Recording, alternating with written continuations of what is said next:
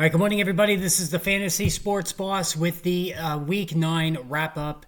It is Monday, November 3rd, 2025. Hit that subscribe button if you haven't done so already. It was just a wild day, Fantasy Football Week 9. We have the injuries, as we always do every week. The most serious, certainly Tucker Kraft, done for the season with a torn ACL in his knee. Just an awful situation for another young player that goes down. This season has just been filled with these kind of injuries. Cam Scatterbo, of course, last week, and you have Jaden Daniels injures his left elbow, forearm, whatever it was, immediately put into a cast, and he could be done for the season as well. And things are just completely spiraling out of control in Washington. But the theme of the day to me is how NFL, first of all, how some of these guys become NFL defensive coordinators, beyond me. But how is it, and you had a couple of examples, Drake London for Atlanta, Brock Bowers for the Raiders, where you had players, and great players, no doubt about it, that basically just did whatever they wanted throughout the course of the entire game, playing pitch and catch with their quarterback. All right. So Drake London was allowed to put up almost 40 fantasy points, 9 catches, well over 100 yards. Brock Bowers, I believe it was 12 catches. I don't have it in front of me. We'll get to that game in a little bit. 3 touchdowns himself. At what point do these guys, and stubborn beyond belief in their defensive game planning, you roll it. Listen, I'm not an NFL defense coordinator, all right? But I've been around football for my whole life. I still coach on the high school level. Even on the high school level, when a player is killing you, when he's doing whatever he wants on one side of the field, like Drake London, like Brock Bowers, you roll the safety at him constantly, or you jam him up right off the release. As soon as he starts getting into his pattern, you throw a safety on him, and you just blanket him the whole game, and you let the guy on the other side beat you. That's how this goes. You allow Trey Tucker to beat you. Kyle Pitts, great athlete, allow him to beat you. You don't let the top guy over and over again do what he wants to do. It was ridiculous. Just an absolute disgrace by the defensive coaching staff of those two teams. It was just unbelievable. And like I said, we'll get to that. But we're going to start off with the Texans and the Broncos. Another gutty win by the Broncos. And Bo Nix can play for my team any day of the week. I absolutely love this guy. He's just a fantastic, gutty player. Now, he was all over the place against a really tough Houston defense, but he stuck with it. 2 touchdown passes. He did throw a pick, and he ran for 36 yards. He's been a top 10 guy the entire season, right? I mean, there's just no doubt about it now.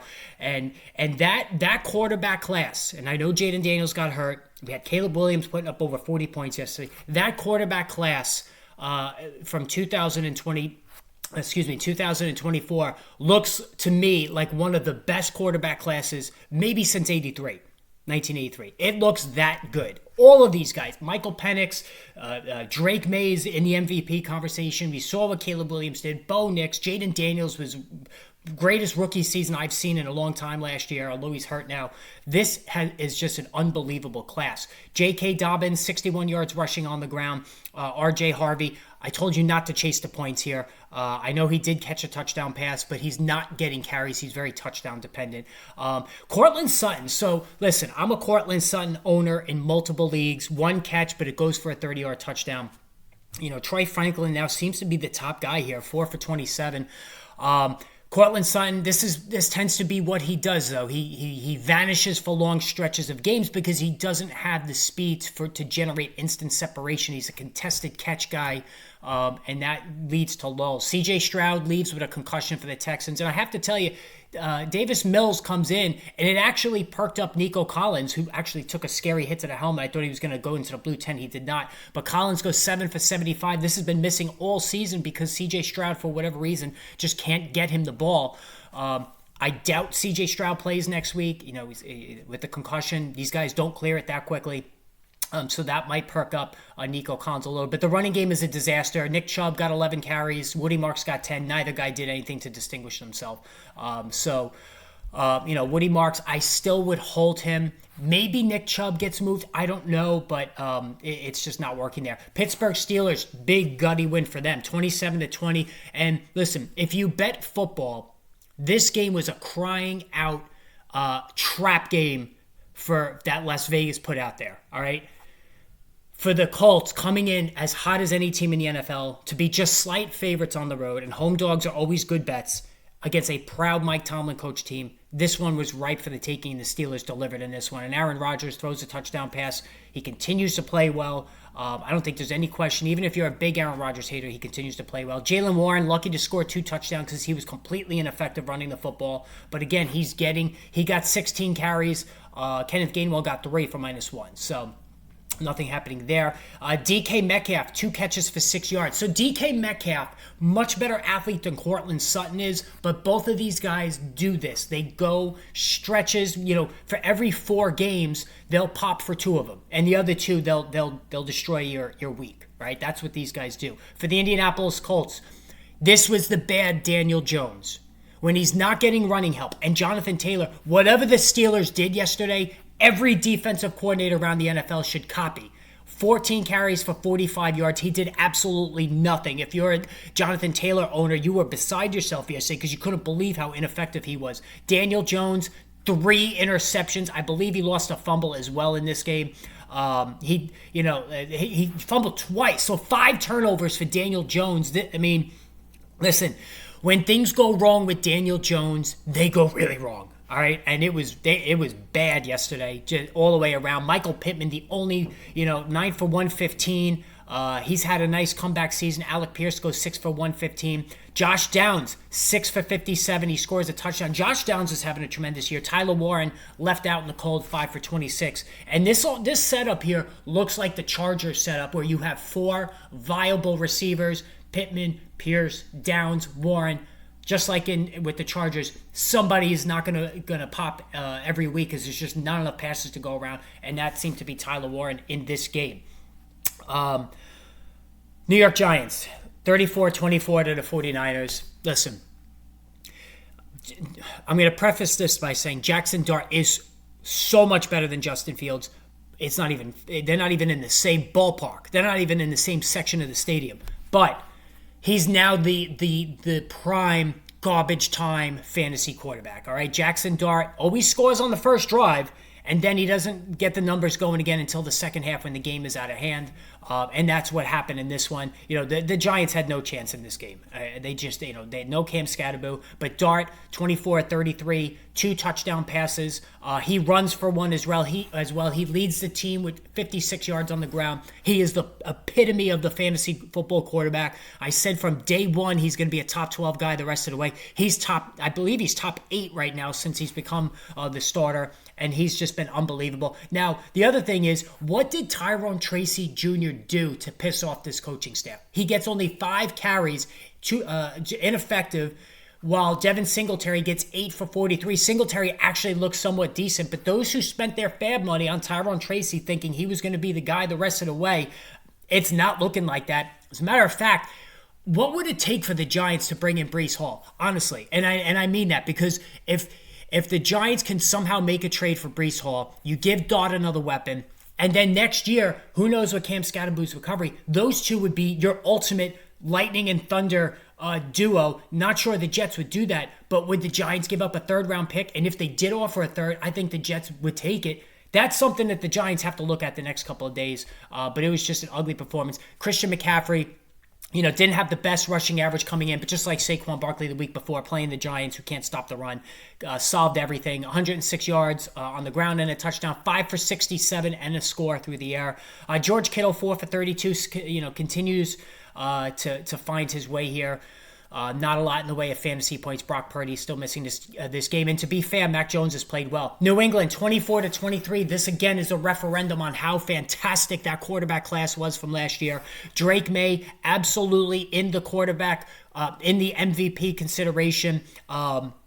If you bet the Falcons in this game, it drove you crazy. May throws for 2 more touchdowns. He runs for 20 yards, so he's doing it on both sides of the ball. Again, he threw a costly interception that led to a quick Atlanta score the other way. Trayvon Henderson gets the start for Amadre Stevenson, and he goes 14 for 55, but he doesn't get a touchdown in this one. Terrell Jennings from Florida A&M comes in here, and he scores for the Patriots. So, I mean, I don't know what to make of this with Trayvon Henderson. Pop Douglas goes 4 for 100. Hunter Henry back in action, 4 for 51. Stephon Diggs goes 3 for 38 and a touchdown. It's hard to depend on anybody other than Drake May, though, in this offense. For the Falcons, Michael Penix. Nobody's talking about Michael Penix. He throws for 3 touchdowns in this game. All of them go to Drake London, 9 for 118. Drake London is as good as it gets. He's a top 5 receiver in the NFL. No doubt about it. Bijan Robinson goes 8 for 50 in the passing game, 12 for 46. He has not really run the ball well. This Atlanta offensive line has struggled to block all season. But Michael Penix, if you just lost Jaden Daniels, Michael Penix is not a bad guy to pick up. He would be right at the top of the list for me in terms of ads this week. The Chargers, 27-20 over the Titans. The Titans were feisty in this one. They do cover the spread. Again, frustrating backdoor cover if you're better. But Justin Herbert, 2 passing touchdowns, runs for 57 yards and another score. He's been as good as anybody in the NFL. And, last year we were concerned, and really the first half of last year, Jim Harbaugh didn't allow Justin Herbert to play his backyard sandlot football game that he excels at, and he's doing that now. And the points are coming from all directions here. Every week we have to look at which Chargers receivers, the 2 that are gonna outpace the other 2, and it was Oronde Gadsden again, 5 for 68. This is not going away. Lad McConkey goes 4 for 56. Quentin Johnson 4 for 53 and a touchdown. Keenan Allen 2 for 41. So Allen was the one that was left behind.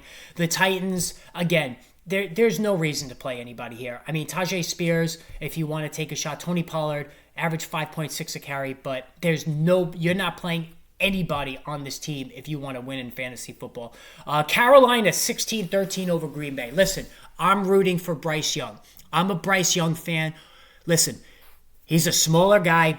He's been absolutely crapped on from every corner since coming into the league. He's had some pronounced struggles, but to go on the road as 13.5-point underdogs and win in Green Bay, big moment for Bryce Young. And I'm happy for him. Now, I'm not saying you run out and take him in fantasy football. I'm not saying that at all. He was only 11 for 20 passing. But the kid's got guts. And this Packers team is weird. They have talent all over the place. Jordan Love is not playing well. They're just... They have a transcendent defense, but they just can't get out of their own way. Now, for the Panthers, we heard that Rico Dowdle was going to be the guy. It was beyond frustrating if you were a Dowdle owner like I am in 2 of my 3 leagues to see him split carries with Chuba Hubbard. No more. It's not going to happen anymore. And Rico Dowdle gets 25 carries. He goes for 130 yards. This guy, he looks like LaDainian Tomlinson right now. I mean, if you look at the 3 games that Rico Dowdle has started, he's I believe, if you take just those 3 weeks, he's the running back 1 in fantasy.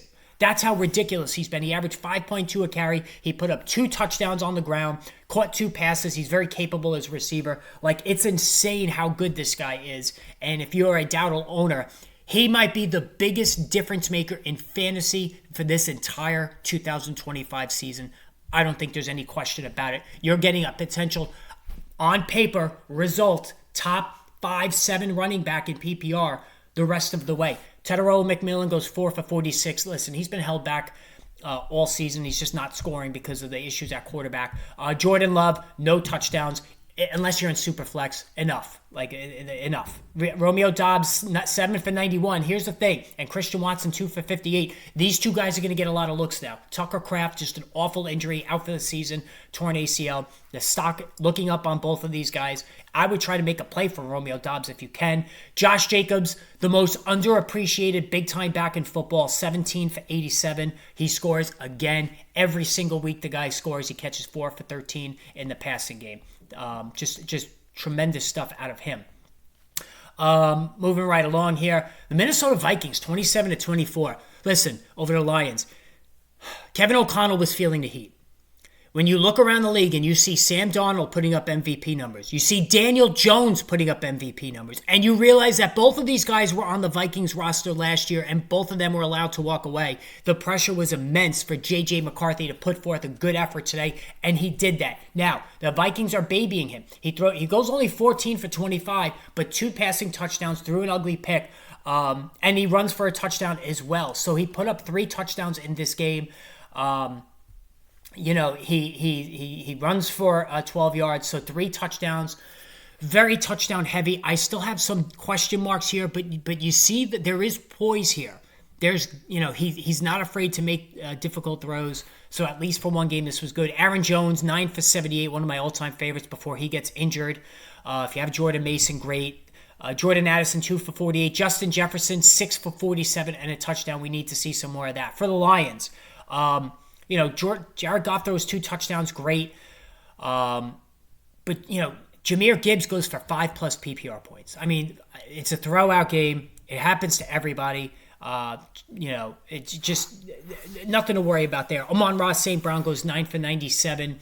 A terrific game there for him. Sam Laporta, 6 for 97, and he gets into the scoring column. And Jamison Williams, they made it a point to get him the ball. He scores, goes 4 for 66. Those 3 guys all showed up. I have no issues with the Lions going forward, all players involved.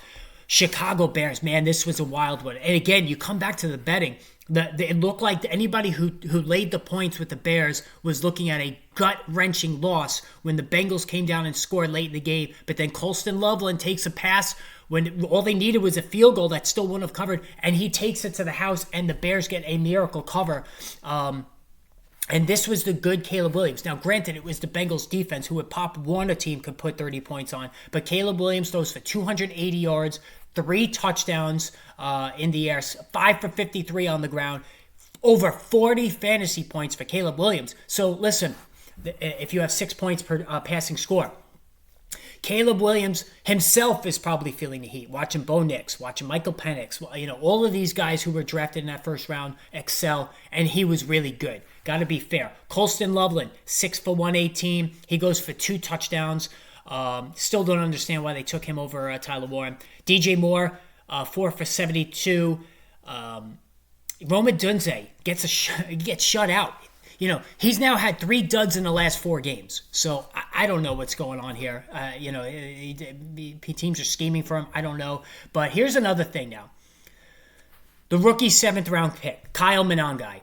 This guy looked unbelievable. 26 carries for 176 yards, 6.8 per carry. He's ripping off chunks of yardage all game long. He goes 3 for 22 in the passing game. If you're a DeAndre Swift owner now, this could be a situation where he gets Wally pipped, where he goes out injured, and the guy that comes in here plays his nuts off and takes the job, right? Monangai looks so good. It's almost like the Rico Dowdle situation in Carolina. Monangai looks so good that I don't think you could go back to the well here on DeAndre Swift, or at least now there could be a frustrating split.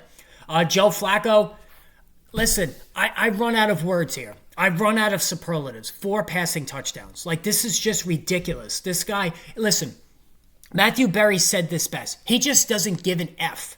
He's at the point in his career, he's just playing with house money. He doesn't give an F, Joe Flacco. He's going to throw it wherever he wants, double coverage, get it to his guys. T. Higgins goes 7 for 121 for 2 touchdowns. Tough depending on him every week in the shadow of Jamar Chase. Chase goes 6 for 111, like both of these guys 8. And I think this is going to continue. Chase Brown, another big week. That's 3 big weeks in a row now for Chase Brown. Only got 11 carries for 37 yards, but he was a monster in the passing game. 8 for 75. That's wide receiver numbers from a running back. So Chase Brown really looking up now as well. And Samaje Perine exits with an ankle injury. All right, the Rams, 34-10. This was just, you knew this was coming. The Saints, you got to trade Alvin Kamara. I don't know why they would hold on to this guy. Kamara goes 6 for 14 in the running game. You can't even play him right now. He's just a name, Alvin Kamara. 1 for 3 in the passing game. What are we doing here? I told you to keep the faith on Taysom Hill. He gets 4 carries for 30 yards. I think he's going to be more involved the rest of the way. They almost have to, especially if they trade Alvin Kamara. Matthew Stafford, his absolutely ridiculous touchdown pace over the last month is beyond crazy. 4 touchdown passes again. I believe it's 3 games in a row now of 4 touchdown passes. Kyron Williams, 114 yards rushing and a score. You have You have Blake Corum going nuts. Puka Nacua 7 for 95. He scores. Devontae Adams 5 for 60. He scores twice. All of these guys are just, and Puka gets hurt again, landing on the football. I think he'll be all right. But all of these guys going nuts. Jacksonville, 30-29 over the Raiders. The Raiders go for 2 at the end. We talked about Brock Bowers. The guy was just uncoverable. The Jaguars, I don't know what they were doing defensively here. You allow your Brock Bowers to go 12 for 127 and 3 touchdowns. That's a day. Ashton Jeanty, 13 for 42 again. He's hit on every single carry in the backfield. 3.2 per carry. He goes 5 for 47 and scores a touchdown in the passing game. You watch Ashton Jeanty. He gets hit all the time in the backfield, and I have him on one team. He's always getting hit. It's ridiculous. Trevor Lawrence somehow manages not to throw a touchdown against the Raiders. If you can figure that out for me, please let me know. Travis Etienne, 22 for 84. He was involved in the passing game as well. 5 for 31. Brian Thomas Jr., 3 for 55. He's been one of the biggest busts of the season. There's no doubt about it. What else we got here? All right, Buffalo, 28-21 over the Kansas City Chiefs. We've seen this before. The Bills win the regular season game. I believe they're 4-0 now, Allen over Mahomes in the regular season. But it reverses in the playoffs. This was the rare off game for Pat Mahomes. I believe he only had 11 fantasy points, less than 50% completion, doesn't throw a touchdown pass, did throw a 2-point conversion. Rashee Rice, 4 for 80. He was lucky just to get that. Kareem Hunt goes 11 for 49, not bad. Scores a touchdown. I said it was last call on Brashard Smith. I think we could cut him loose, 3 for 7 there. Josh Allen. So Josh Allen throws for a touchdown pass, rushes for 2 more. So, again, a hero ball, 3 touchdowns. Dalton Kincaid, 6 for 101 and a touchdown. Khalil Shakir, 7 for 43. So all of the main guys, at least in the passing game, were doing their thing. James Cook, 27 for 114. Listen, are we at the point now where he's the better cook in the family in terms of the running back position, better than Dalvin? I mean, I think that conversation could already be had. All right, and finally, Seattle 38-14 over Washington. Very serious looking injury for Jaden Daniels. A sophomore slump, really more predicated on an injury than actual performance. The bottom has completely fallen out for the Commanders. Listen, if you have Deebo Samuel, you got to hope for a trade. He could very well be traded. You can't play Terry McLaurin. With Marcus Mariota starting probably the rest of the way, you can't play any of these guys. You're not playing Ja'Cory Krosky-Merritt. We've reached that point with the Commanders where you can't play any of them. Sam Darnold, 21-24, 4 passing touchdowns. Jackson Smith and Jigba, 8 for 129. Just amazing numbers out of Smith and Jigba, who is the best receiver in football, not named Puka Nacua. So there you go. All right, guys, hit that subscribe button. Hope you enjoyed the wrap-up, and Crisis Point videos will head your way soon.